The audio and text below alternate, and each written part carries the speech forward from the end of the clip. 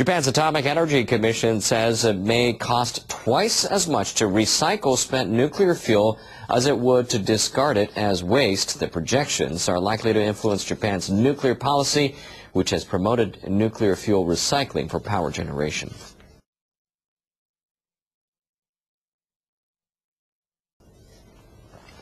The Commission on Tuesday calculated the cost of recycling spent fuel and extracting plutonium.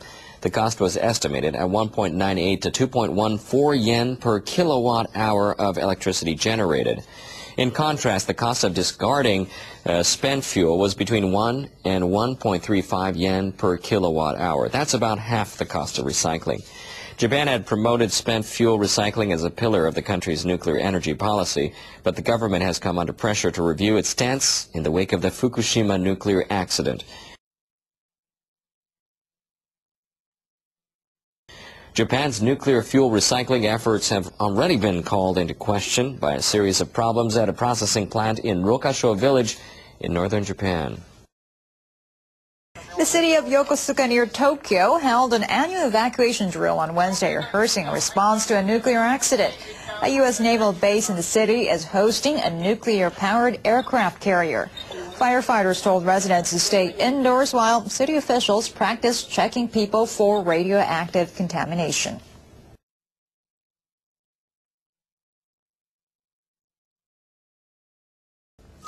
Japanese cities, towns, and villages hosting nuclear power plants are divided over whether to restart reactors that are currently offline. The division came clear as a meeting of the host municipalities. Mayors and officials from 15 communities attended Tuesday's meeting. The main topic was whether idle reactors should resume operating. 44 of Japan's 54 reactors are now offline for regular checks or other reasons. Following the Fukushima nuclear accident, utilities are required to conduct safety stress tests on suspended reactors before they can be restarted.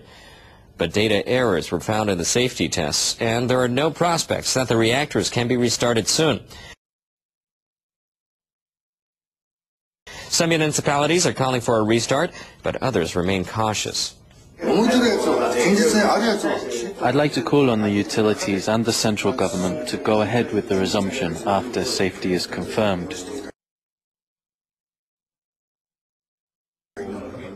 As long as the cause of the Fukushima accident has not been confirmed, there's no way the reactors can be resumed. We don't trust the government's nuclear policies and regulatory system. We can't feel safe unless the mistrust is resolved. The participants failed to reach a conclusion on the issue. The chairman of the Association of Host Municipalities, Kazuharu Kawase, said they will hold discussions again after the central government clarifies its policy on the future of nuclear power. The U.S. Energy Department announced on Tuesday that it has completed the dismantling of its last B-53 bomb at a nuclear arms compound in Texas.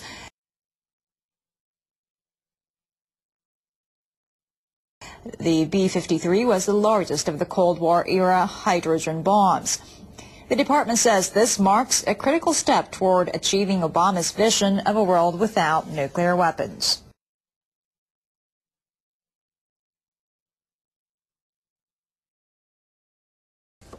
Crowded planet. The global population races towards 7 billion. A warning about what that will mean for all of us. This is Newsline. I'm Michio Kijima in Tokyo. The United Nations says the world population will mark a milestone next week. Come Monday, 7 billion people will be sharing the Earth's resources.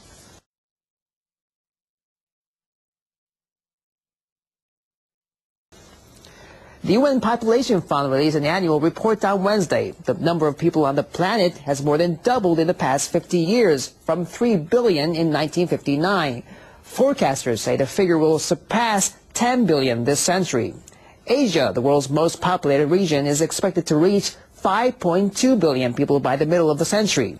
Africa's population will triple and climb to an estimated 3.6 billion by 2100. Developed countries, including Japan and European nations, are expected to see their populations shrink. falling birth rates are largely to blame. The UN report says the global population increase will accelerate urbanization and spread poverty, mainly in developing countries. It also says water shortages will worsen and developed countries will have difficulty maintaining economic growth and social security systems because of aging populations.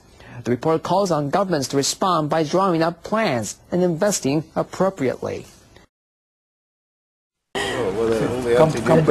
No, just give. This is much more important because everybody can become infertile in one generation. One soundbite. I should say something about Fukushima and also Chernobyl, but certainly now Fukushima and infertility.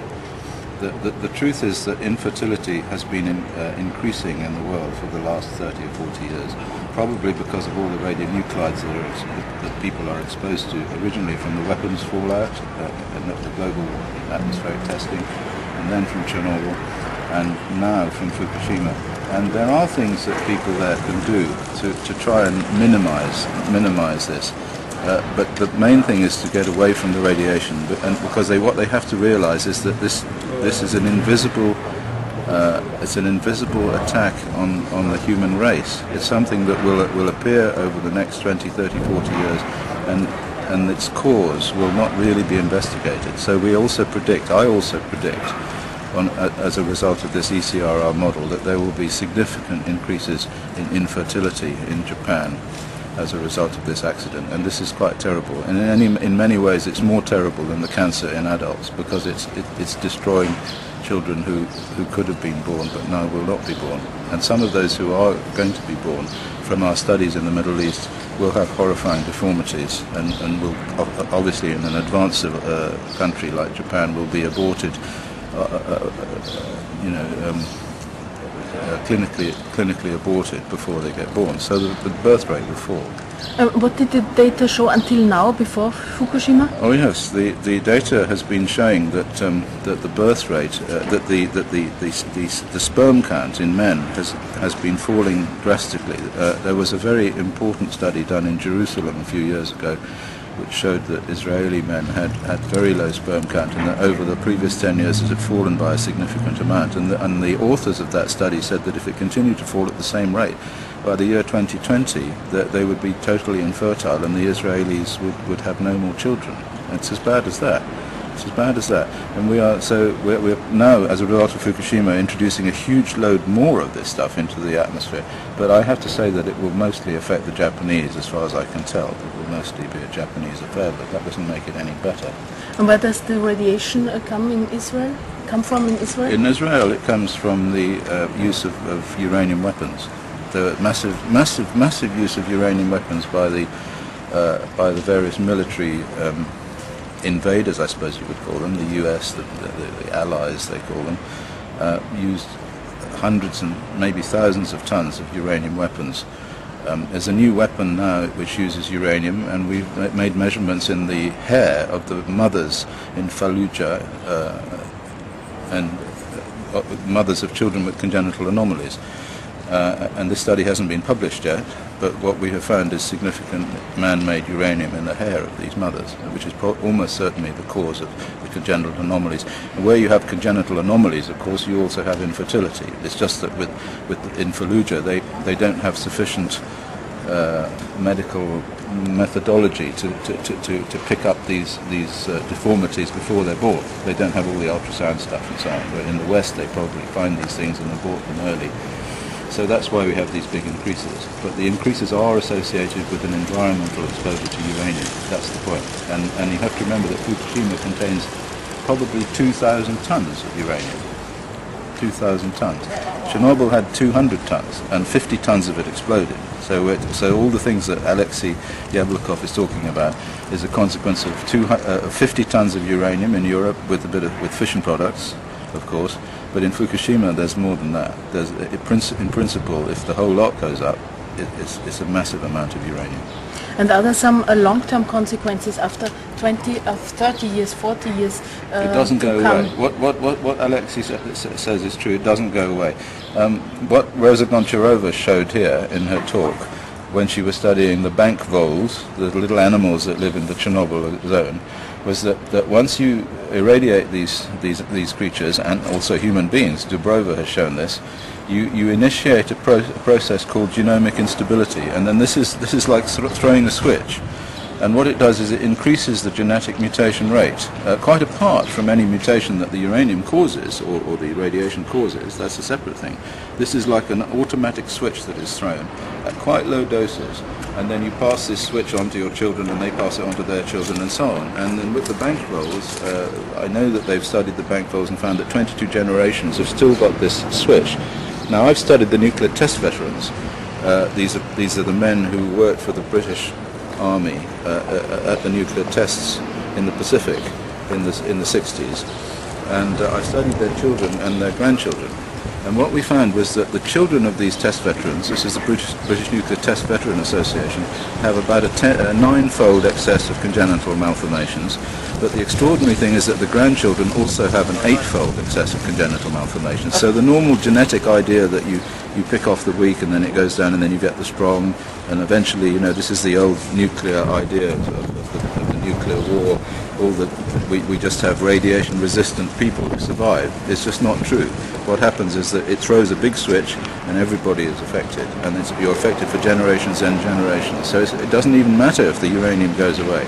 It doesn't matter if these radionuclides all decay, because you've imprinted something on the human genome which is there forever. That's the danger. Thanks a lot. Thank you. Thank you. Would it be accurate to say that no one has died as a result of exposure to radiation in Fukushima? And secondly, can you assure that no one will die as a result of exposure to radiation in the future? You want to take that one, too? Well, what we know right now, there have been no fatalities that we're aware of that are directly related to radiation exposure. I believe there were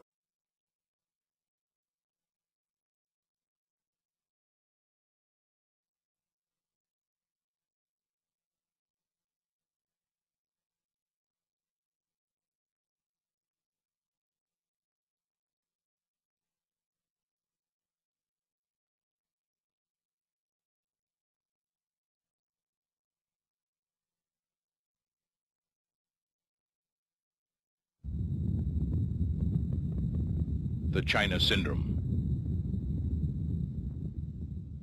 It's about people who lie, and people faced with the agony of telling the truth.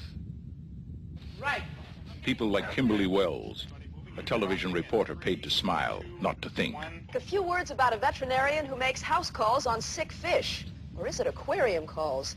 Richard Adams, a cameraman who never learned how to play by the rules. Wait till you get in that other room, get that radiation all over that cute little body. Jack Goodell, an engineer who knows too much to tell the truth. In anything that man ever does, there's some element of risk, right? Well, that's why we have what we call defense in depth. And cares too much to lie. No accident. It will start with a tremor in a nuclear power plant. Where it will end will depend on 3 people. I would say you're probably lucky to be alive. Same for the rest of Southern California. Jane Fonda. Let's face it, you didn't get this job because of your investigative abilities. Kimberly, don't fight it. Jack Lemmon. There was a vibration. Michael Douglas. I don't know that accident is the right word. Accident is the right word. The China Syndrome. The harder they try, the more resistance they meet. They've got their own security men. Do you hear what I'm saying? Do you want me to make it any clearer? The closer they get, the more threatening it becomes. The China Syndrome. Today, only a handful of people know what it really means. And they're scared.